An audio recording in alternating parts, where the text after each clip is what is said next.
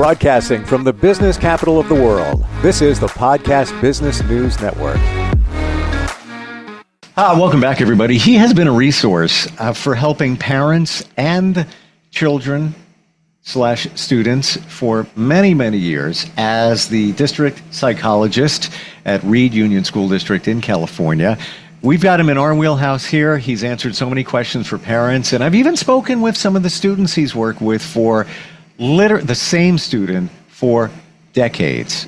Just amazing the work he's done. Good Advice Helps is the name of this podcast with Dr. Allan Philip Gold, who is back with us on the program. How are you doing today? Okay, thank you. How are you? Very well. I just want to be in your domain and just rummage through the books in your background. I'm just blown away how many books are up there. It's phenomenal. I wish I remembered everything that I'd read in all of them. I have to ask this question because I go back to the bookcase in my office. Do you know where everything is in there? Like if I were to say, give me a good psychology book, or how about a book on cooking, Italian food? Would you be able to kind of know where they are? Yeah, I'm a collector, but an organized one. So I could tell you stories about how issues came up, and within 5 minutes I could find the answer in the basement or something that I'd saved.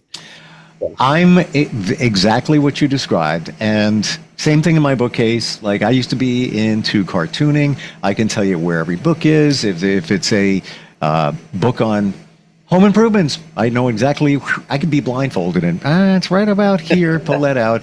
And I'm the one that people make fun of because I have every nut, bolt, and screw that I've ever come across in my existence, decades since I was a kid. I still have them.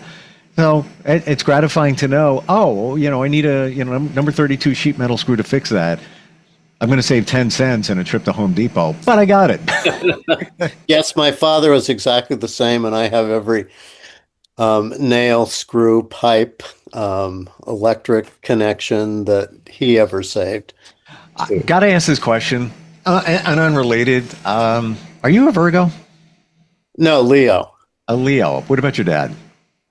He was Aries. He was there. Okay, all right. Usually the more organized people. I'm not generalizing here, but I'm a Virgo, so I hear that comes with the territory. So your birthday's coming up next month, or correct? So. Yep. Yeah, mine's this month. Ah, that's right. Look at that! Wow. A week from tomorrow. Yeah. Beautiful. Oh, happy pre-birthday. Thank you. So I'll get your book. So I want to read some emails I got, and you can always reach us instantfeedbacksteve@gmail.com. This comes from Amy, who is in Albany, New York. She says, my son spends a lot of time in his room, and he's usually on his phone playing video games. I feel he's isolated and wondering if I should be concerned. Yes. Now, I don't know how old he is. I'm assuming he's at least 10 or something like that. Yes, I've worked with kids who have been addicted to video games and isolation like that. And they're some of the more difficult kids to actually work with.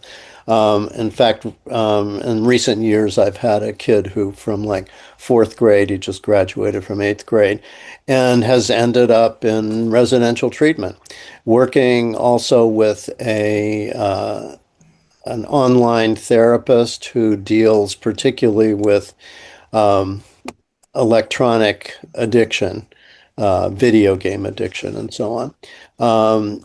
And parents have a very difficult time setting limits on these things, because if the kids get addicted to them, then they get extremely angry with their parents. That's why it's so important for parents to limit this as early as possible. This generation is now being babysat by iPads, and telephones, and kids get very used to playing on it, on these, and particularly boys. And I'm very, very concerned about it, and I think this should be. What's behind it? I guess playing games is fun, and if you lose, you can keep on going. You kind of get that instant gratification that doesn't happen with, necessarily with social interactions. Now, if this boy was growing up during COVID and missed out on getting social skills development, then, and kids then, that's what they did. During COVID, there was a lot of time spent just on computers and iPads and phones and so on. So I think they really have to look at addiction and what to do about it. Now, I've always thought that if kids were, if you were trying to determine if a kid really was addicted, you could set a limitation on it, and if they agreed to it and could be off the machine for, within a few minutes, then I wouldn't worry about it as much. But if it becomes, yes, you can play on the computer for an hour or half an hour or whatever it is, and then that turns into 45 minutes and 2 hours, and there's fights, and then it really there's a tremendous amount of resistance there. The kid may not feel that there's anything the matter with him. I would wonder, does he have any friends? Now, like this kid I worked with, friends were all online, but didn't have any local friends. So, this to me is one of those, I like to think rare, but not so much anymore, situations where it's the parents really have to be strong and set limits, and then get the kid some therapeutic help to deal with why this addiction is happening. And she could actually go online and find therapists. There was a woman in Canada who was helping this boy. I think it's better to have somebody in person and local, but who would actually try to ameliorate the addiction part. I know I'm not giving a solution to it, but you're giving understanding, which is appreciated, and Yeah. even a parent of a teen too. Actually, it's kind of the norm for teens nowadays, and I can describe this, and I think a lot of parents would even say, "Oh yeah, that's my kid," but dark room, LED lights around the ceiling. It's kind of the same in many regards. So I guess you wonder, as Amy, is that okay for them to be spending time in the dark, not going out? I guess they're connecting with friends socially. Not a good thing, right? Yeah, I don't know that, how this kid is connected. I mean, because sometimes they aren't connected with anybody, just, Right. people they play games with online. And, Right. all the research has shown that exposure to the computer before bedtime is very bad. It ruins one's sleep. For anybody. For anybody, yeah, yeah. Yeah, Yeah. so there's a lot there, and I hate to be so negative about, what she has to deal with, but and again, I don't know how old this kid is. The younger the kid, the more the possibility of changing this. But, if this is a 16-year-old or something like that, and, wants to go off to college in 2 years, she has much less control over it. But the message to parents in general is limit the computer and telephone and iPad playing as early as possible. Kids should be out there playing with other kids, and they Yes. And it's easier said than done. Like you want to, like even back in the day, and I'm talking back in the day, like 5 years ago, maybe pre-COVID, kids would even go hang out at the mall. At least they're hanging out with each other, doing something, Right. an activity, walking, maybe taking a look at it in a window of a store, whatever it may be. Doesn't happen like it even. Do you think it was COVID? It's just kind of the rock in the I pot. think that added to it. Yeah, Because yeah, even before COVID, I'd see groups of kids all together and they'd all be on their phones. I'm talking like middle school kids, yeah. Uh, and now as we've said before, all the social media is having such a negative effect on young people.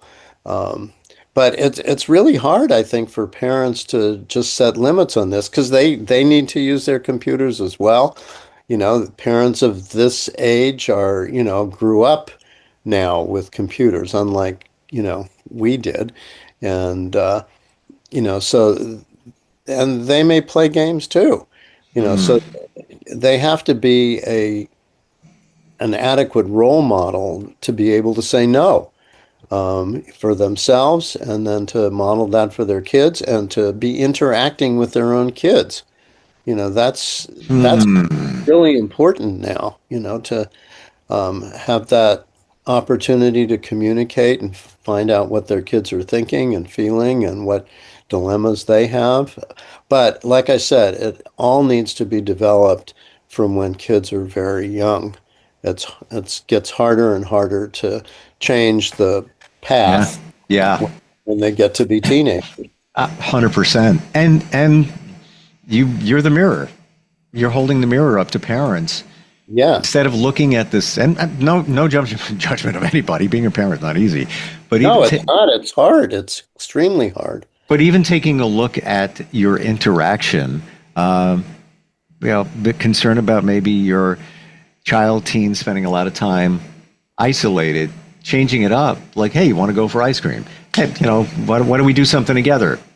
Make the attempt and keep trying, chipping away at that. Yeah.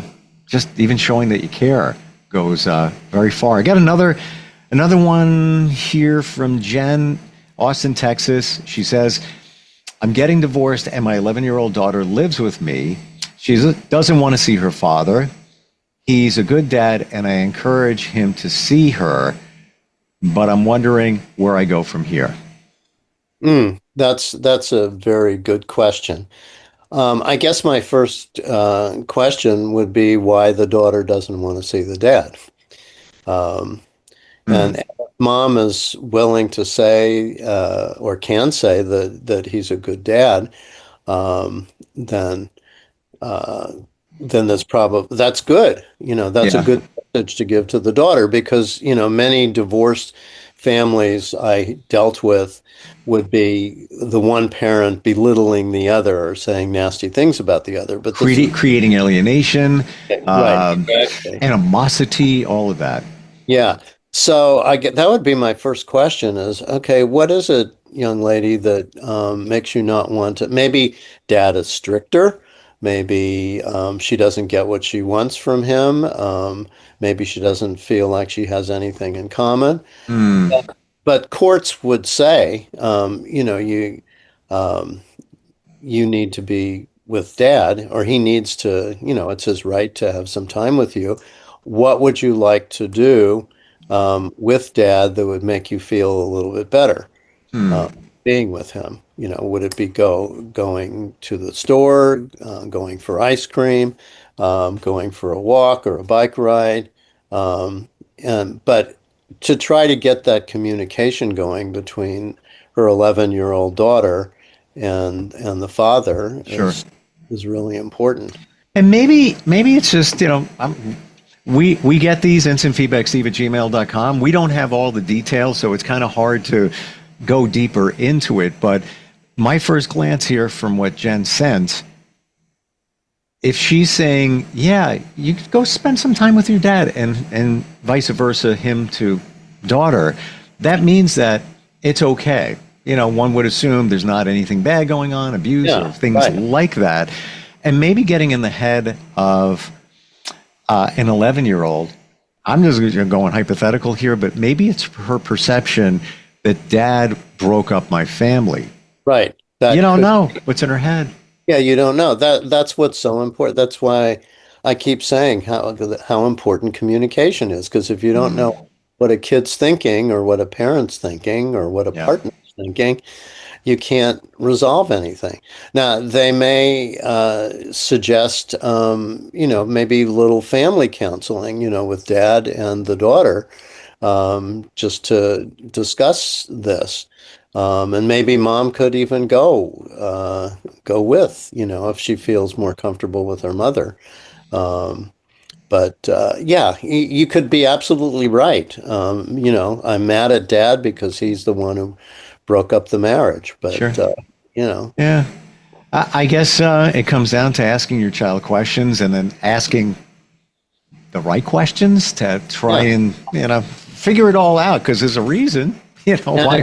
And in a very respectful way, I love you, daughter. And I don't want to hurt you, but I don't want to hurt your dad either. And he loves you. And, so let's try to figure this out. Other than, he's your dad, you have to see him, that kind of thing. You want to try to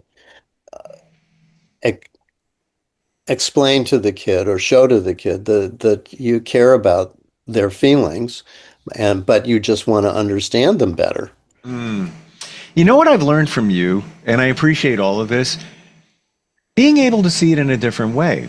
Now, I'm trying to see it through the eyes of this 11-year-old girl, not wanting to see her father, and whatever reason she says, she's right. Yeah. Because that's her reason. We can't take that away. And I probably wouldn't have saw it that way until we've gotten together, and I've kind of, picked up little things from you along the way. But she's right about whatever she's internalizing, because she's perceiving it that way, and we can't take that away. We can present facts. No, dad had nothing to do with it. Mom and dad just don't get along anymore, and it just doesn't work for us to be together, but we still love you, et cetera, et cetera. You can't take that away from an 11-year-old. No, I worked for several years with a 12 to 14-year-old who really couldn't stand going to her father, wanted to just stay with her mother. But I mean, she still did it. But we talked a lot about what dad did that drove her crazy, that kind of thing. And things have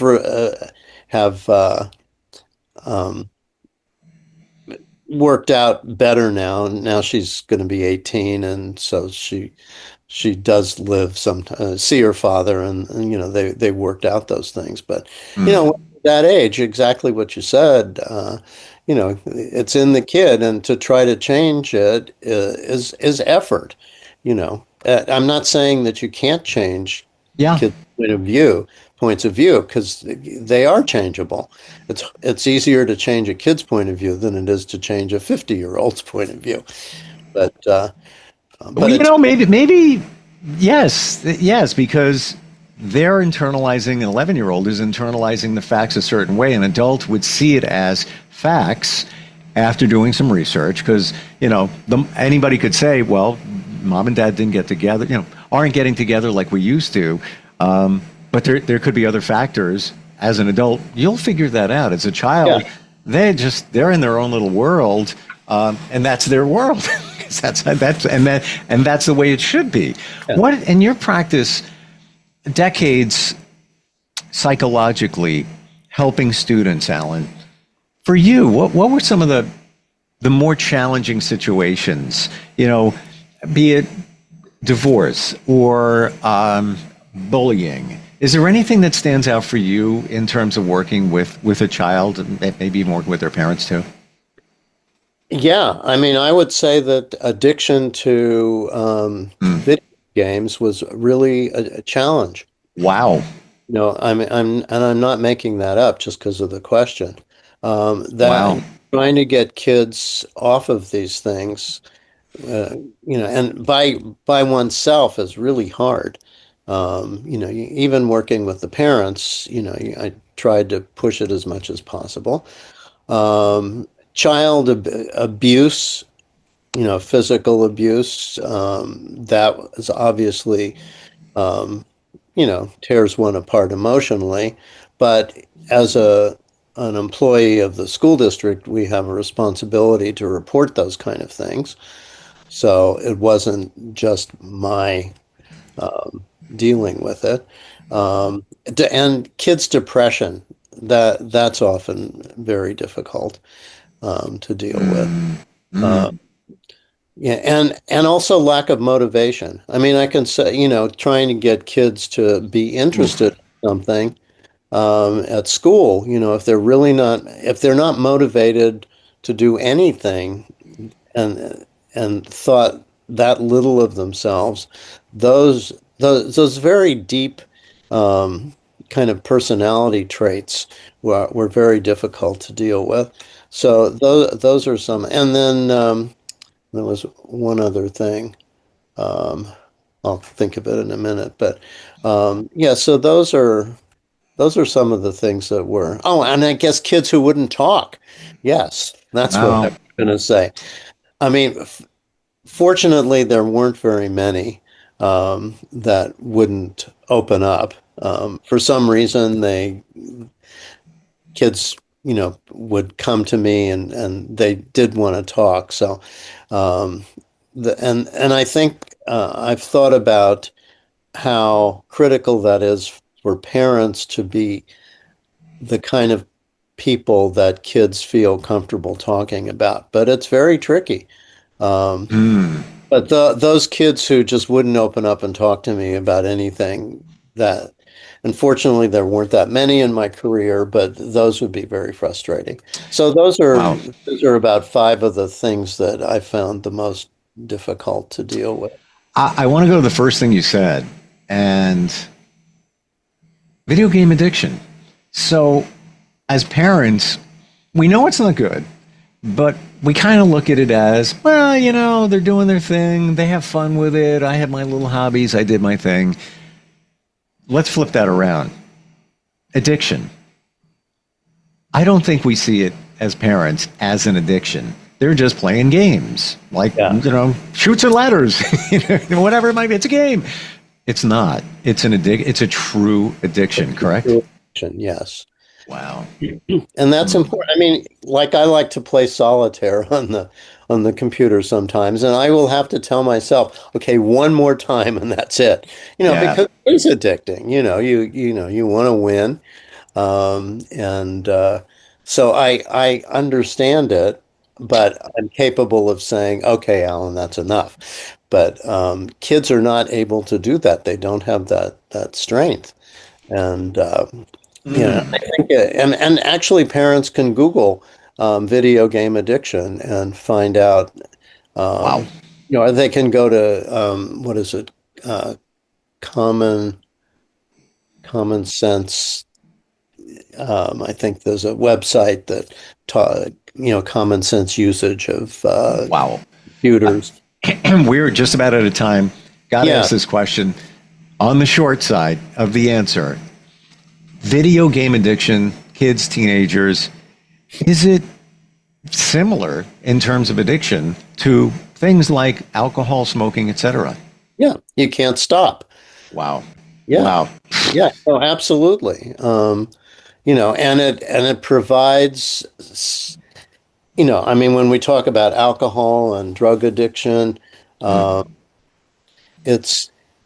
it's solving it's supposed to be solving a mental problem, but it's only making it worse. Yeah. If you're depressed and you drink, then you feel high and better, but all it does is make it worse. And it's the same with video games. Maybe they're socially awkward or feeling rejected and that kind of thing, and so they don't have to deal with it, and they feel better, and they can have these interactions with people online, but it doesn't solve the ultimate problems of how do you get along with people, how do you Yeah. communicate, how do you have fun in person.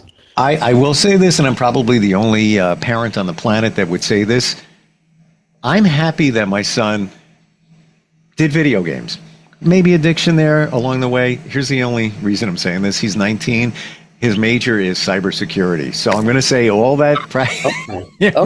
Maybe that was helpful, in terms of his passion. But yeah, definitely there were some times there along the way where got to shut the game down, that he got testy. Like it was like taking a bottle away from somebody or a pack of cigarettes or whatever it might be. Wow. Right. Love your perspective. Love your insight. Love your experience in helping us as parents and helping our kids over the years. Wish it weren't so difficult. And when I think about growing up, and maybe when you were growing up, I think our parents had it much easier. Yeah, my mom, I had a twin sister, so maybe it wasn't that easy. I don't know. But yes, I agree with you. It was go outside, ride your bike. It was a wonderful world. You were grounded. You were in nature. You hung with your friends. You got exercise, fresh air. Not so much anymore. Yeah. InstantFeedbackSteve@gmail.com if you ever have a question for Allan. And as always, truly appreciate you being here. Thank you so much. Thank you. We'll be right back. Hang on.